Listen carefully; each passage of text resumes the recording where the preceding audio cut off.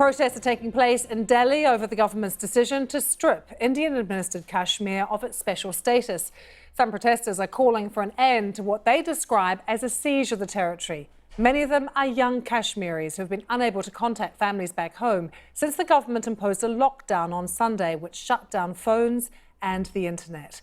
Now, this disputed Muslim-majority region has been claimed both by India and Pakistan since the partition of British India in 1947.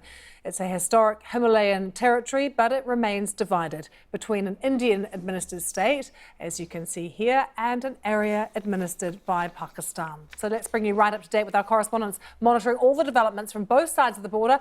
Asaf Faruqi is in Islamabad, but first let's take you to Delhi and join the BBC's Rahul Tandon, who is there. Rahul, I know you've been out talking to protesters from both sides, actually, of the debate in Delhi. What have they been telling you?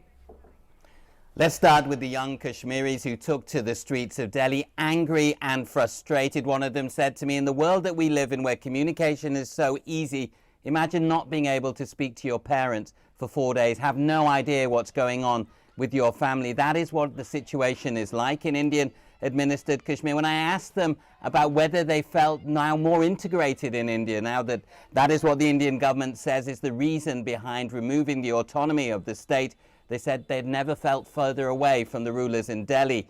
On the other side of the street were these protesters who support the Indian government. They shouted, Kashmir hamara hai, Kashmir is part of us. And when I spoke to them, they said, look, if Kashmir has to be part of India, then it has to be treated like the rest of India. We as Indians should have the right to be property there. And there symbolizes the whole debate and the whole problem that exists. On the one hand, the public here in India strongly behind their Prime Minister. On the other hand, the Muslims who live in the valley at the moment feeling disconnected, both physically because they have no way to communicate with the rest of India and also with their government in Delhi. Asif, there's huge anger in Pakistan about this decision, but what can Imran Khan and his government actually do about it? What are the options?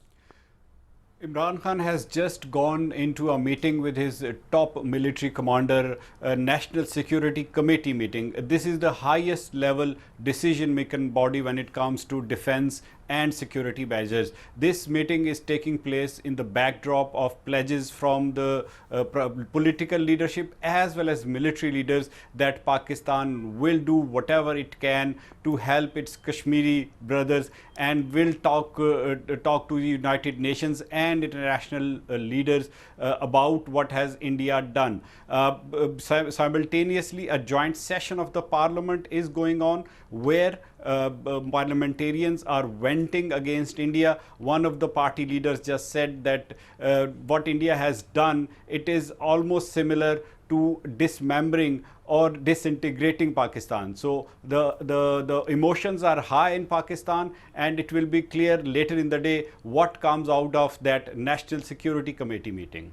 Well, what does Narendra Modi and his government say to some of these allegations, that it's made a sort of hair-trigger situation even worse, that this is just part of his Hindu nationalist agenda? I think the message from the government is that, look, the disputed region of Kashmir has been a problem since India gained independence from the British. There has been no solution in sight. It is time for a different method to be used with it. That if Kashmir wants to be part of India, it has to be treated as part of India. And at the moment, Mr. Modi has a huge majority. There is no political figure. There really isn't much opposition to him in this country at the moment. The protest that we saw on the streets of Delhi today was one of the first we've seen. And remember, we're talking here on Wednesday. This decision came on Monday. So I think Mr. Modi really doesn't have too many critics in this country at this point of time. He wants to take a new approach to Kashmir. The problem is that the Kashmiris themselves who live in that area don't seem to be supportive of his actions. And in Pakistan, there is a sense, I know, Asif, of standing shoulder to shoulder with their Kashmiri brothers. Are people talking about any kind of military action? Well, there have been demands in the parliament session today. One of the cabinet members just spoke in this specially convened session, and he basically asked Pakistani military just to take to the task, and he wants Pakistan to start a war with India. Similarly, Pakistani Prime Minister last night, he was talking about the whole issue, and he wanted to make a point that this escalation of tensions stemming out of this Indian decision will not be limited to just as a limited skirmish, but it could lead to a conventional war. And Prime Minister also mentioned that this conventional war can very quickly turn into a nuclear conflict. Asaf Rahul, good to have your thoughts. Thanks for joining us from Islamabad and from Delhi. So huge tensions there.